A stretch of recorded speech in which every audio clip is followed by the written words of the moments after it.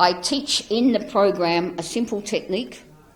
There's, I teach in the mood mastery one step which instantly you feel different, and that I can teach it in 2 hours. If you've got anything heavier or wanting to do, it's best to do the 9 steps. So a lot of people say they can't visualise, so I say, can you imagine? Can you imagine yourself down the beach? You've got cold chips, you're throwing it. Can you see that in your brain? Most see it in colour. Some see it colour, black colour, like a slide.